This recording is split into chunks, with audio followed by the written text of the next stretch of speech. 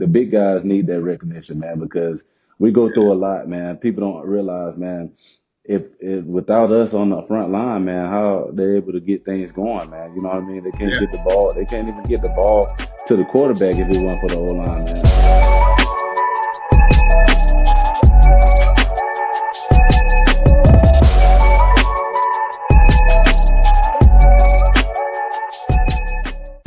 All right, good people. Welcome back to TSL Locker Room, and we are stacked on today's episode. Of course, Super Bowl 59 is what all the talk is about. Patrick Mahomes' legacy is definitely a topic of discussion, as well as we're talking about these NBA super teams. But today, I got a giant in the building. New York Giant Chris Hubbard is here. Chris, what's good, brother? Hey, nothing much, man. I'm doing good. I'm blessed, All right. man. I'm just blessed, I'm extremely sure blessed. you probably are ready for the draft, but we're going to get into this right here real quick, all Yeah. right? Oh, yeah. Yes, sir. For sure.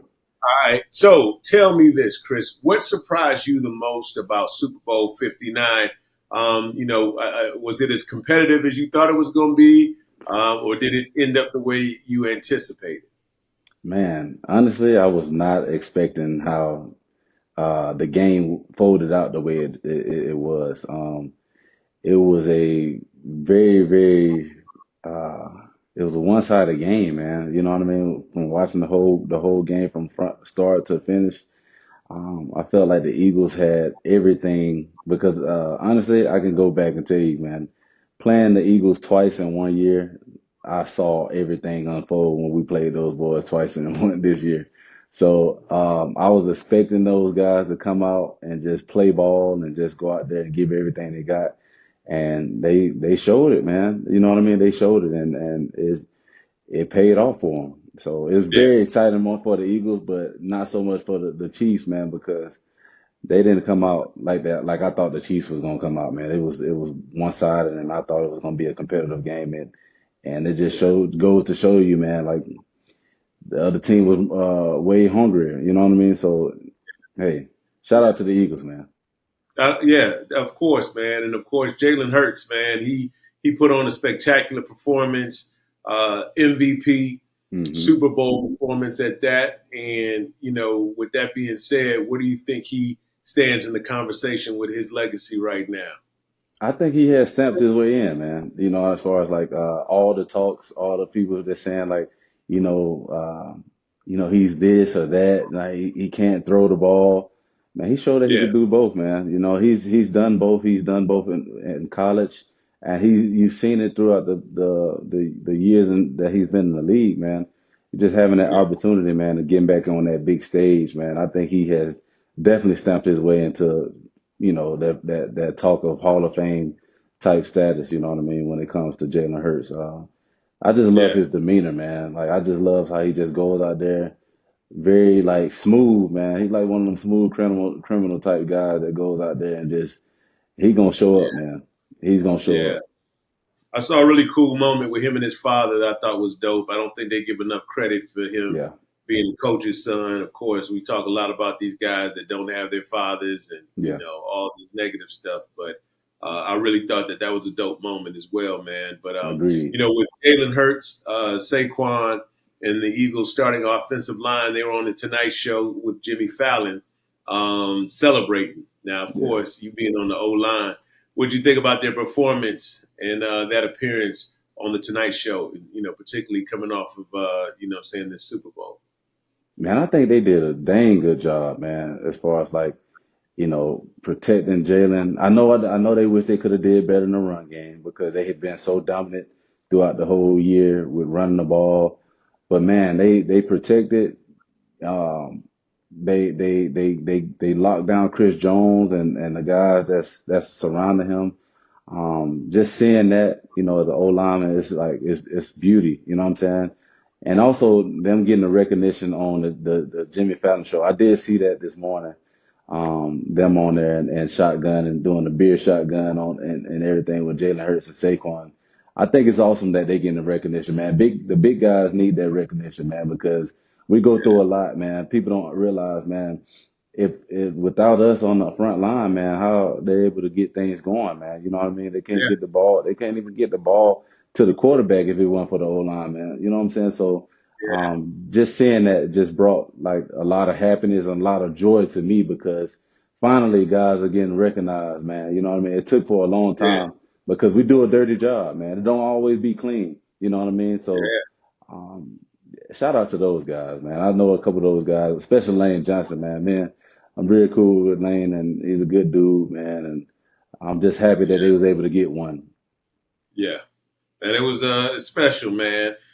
What do you think when you reflect now on the Giants' decision not to retain Saquon Barkley, man? Obviously, he had a record-breaking season. He's Hmm. now won a Super Bowl with the Eagles. Hmm. What do you think? What's the sentiment you would say amongst the guys that some of your teammates? You know what I'm saying in terms of how his contract negotiations were handled with the Giants. You know what I'm saying, and what lessons do you think other teams can learn as it relates to dealing with some of their players?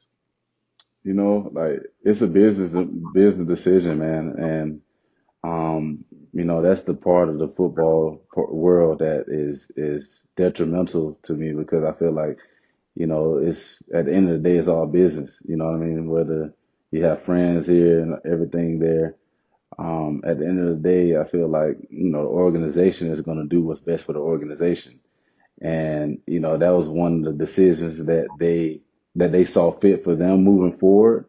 And I wish things could have been totally different, but as a part of playing football for so long, I've seen a lot of things happen, and it's just one of those things that's like, man, it's sad. You wish things could be different, but as far as like the business side of it, that part is always gonna stand out, man. It's a sucky situation, so. Yeah, Um, like I said to you before, I wish things could have been different because you see what he did over there with the Eagles, and you saw a lot of it happen, when he was with the Giants as well, man. So it's just one of those things, man. And then you got to do what's best, and he did. He was able to do what's best for him, and they didn't see eye to eye, and things happen. yeah, they damn sure did happen, man. Um, Now, Chris, you've been in the trenches, obviously, with the Giants, and it's been a rough season, right? Yeah. Uh, 3 wins, but you got the number 3 pick in the draft. Is what it's looking like. And talk to me about the Daniel Jones situation in the locker room, and how you think players have been feeling, about him. Do you think he should have been the starting QB? Can you speak on that?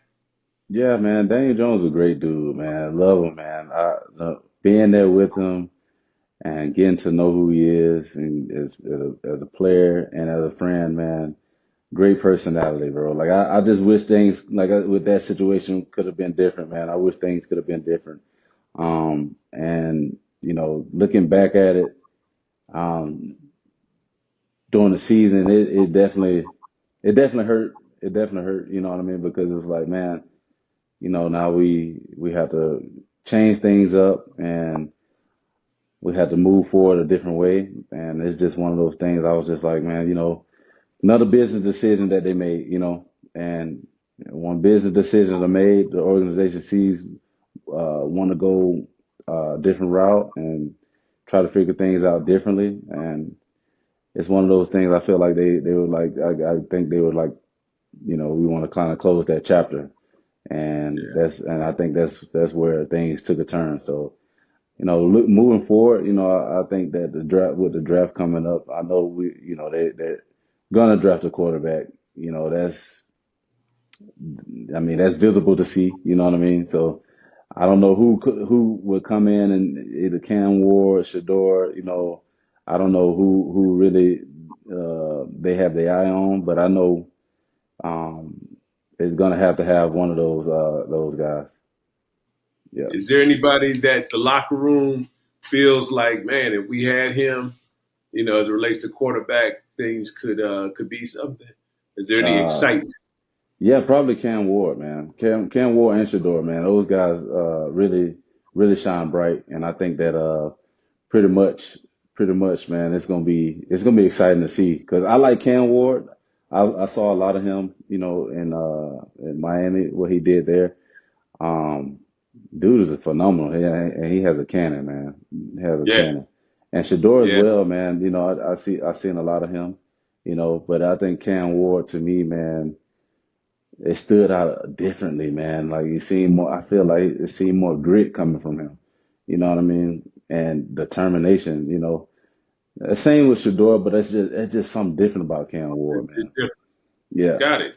No, understood, man. Let's jump into this fair or foul, Chris. Let's get your opinion on some of these hot takes. Obviously, you're gonna tell me if you feel like it's fair or it's foul. But number one, Patrick Mahomes, Super Bowl blowout loss. You know what I'm saying? Does this knock him out of the GOAT conversation? Hmm. I think it's fair to say, man, because at the end of the day, he's trying to. You're chasing Tom Brady. You know what I Mm, mean? Like you're chasing Tom Brady, who is a GOAT. I mean, the man has done it on the Patriots for a long period of time. Then he went to Tampa Bay and did it. You know what I mean? So it's just like, yeah. Yeah. yeah, because I think at the end of the day, like Tom Brady to me, in those moments, I know this is a different topic, but in those moments I saw on that sideline looking at the game this past Sunday, and I didn't see any like, come on guys type of determination. Tom Brady would have Yeah. been like, man, we got this. You know what I'm saying? Like, we finna turn Yeah. this thing around. Like, come on, picking guys up. Everybody just looked down, man, on that game. You know Yeah. what I mean? It And felt it like just, that. and it It's a just, different vibe. yes. And I was like, man, this is the big stage. This is the big stage of your life, man. It's like, y'all looking like y'all already done defeated. You know what I'm saying? Like, that was the second quarter, everybody looking defeated. And Yeah. so, like, I think I go back to GOAT moments, man. And I think right there, that should have been a GOAT moment for Patrick Mahomes getting his guys up. And I didn't see that. So to me, Yeah. it's fair to say I don't think he's in the GOAT conversation to me. Yeah. Yeah. Well, whew, it's always next season, man. Yeah. Fair or foul number two, man. Talk about Luka and LeBron. Do you think that this is just another cheap way for LeBron to chase a ring, or do you think that this is it? Fair or foul? I think it's foul, man. Like, I really do feel like it is a cheat way, you know, Okay. Super because, team, you ain't in favor? huh?